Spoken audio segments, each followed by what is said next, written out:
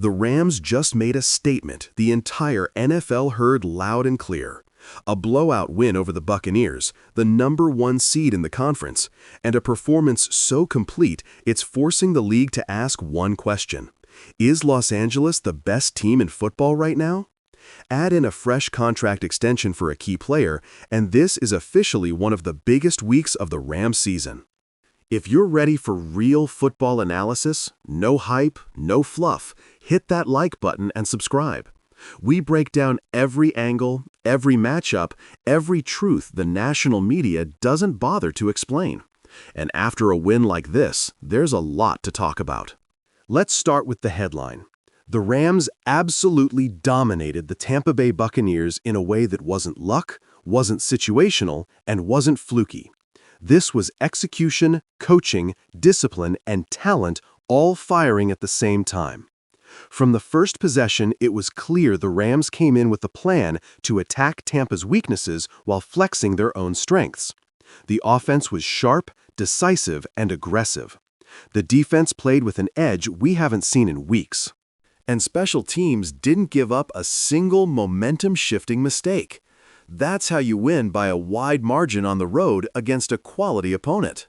The offense deserves a ton of praise. Matthew Stafford played one of his most efficient games of the year, calm in the pocket, confident in his reads, and pinpoint accurate down the field. He didn't force throws, he dictated the game. The Bucs defense couldn't speed him up, couldn't confuse him, and couldn't rattle him. This version of Stafford is the one opposing defensive coordinators dread, the one who can spread the ball, attack mismatches, and punish every coverage rotation. The run game was just as impressive. Physical, balanced, and situationally perfect. The offensive line created movement, sealed edges, and held up against a Tampa front that normally thrives on overwhelming backfields with interior penetration. When the Rams can run with purpose, everything else in the offense becomes exponentially harder to defend. Play action opens up, motion becomes a weapon, the entire scheme breathes. And then there was the receiver room, which might be entering its best stretch of the season.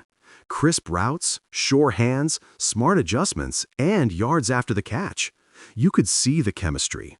They weren't just running plays, they were anticipating Stafford's timing, reading leverage, and breaking off routes with perfect timing. This looked like a unit in sync, and that's dangerous for anyone standing across from them.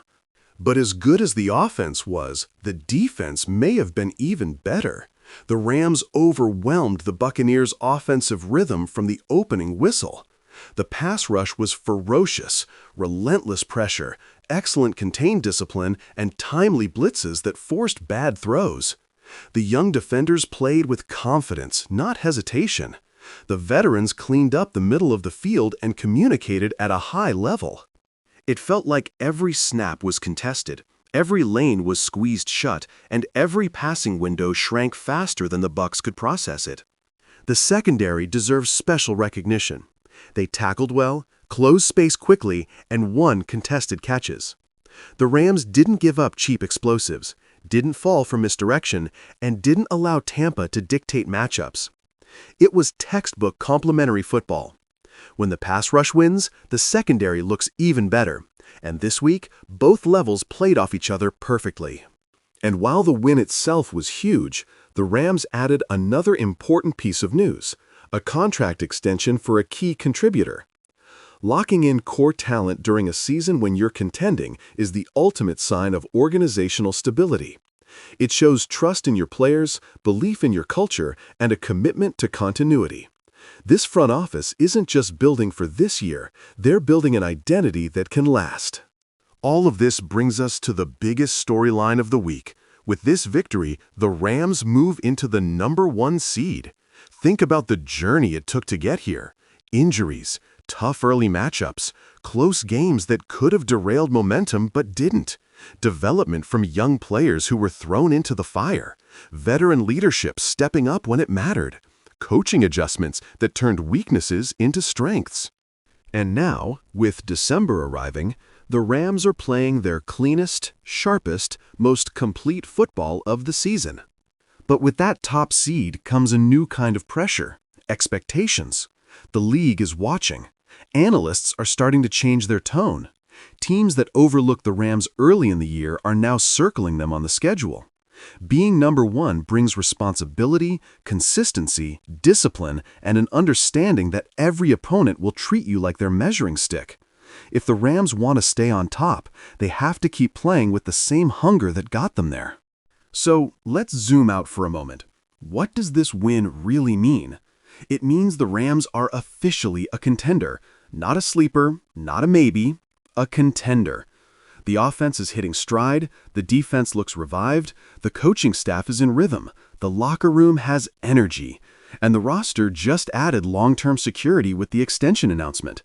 This is the sweet spot every team hopes to find heading into the final stretch. And yet, the message inside the building is probably simple. Don't get comfortable. One seed today doesn't guarantee anything tomorrow. But if the Rams continue to clean up the details, continue to develop young talent, and continue to dominate situational football, they won't just be the best team in the NFC, they'll be the most complete team in the NFL. Thanks for watching. If you enjoyed this breakdown, drop a like, leave your thoughts in the comments, and make sure you're subscribed for non-stop Rams content all season long. Stay locked in, enjoy the ride, and I'll see you in the next one.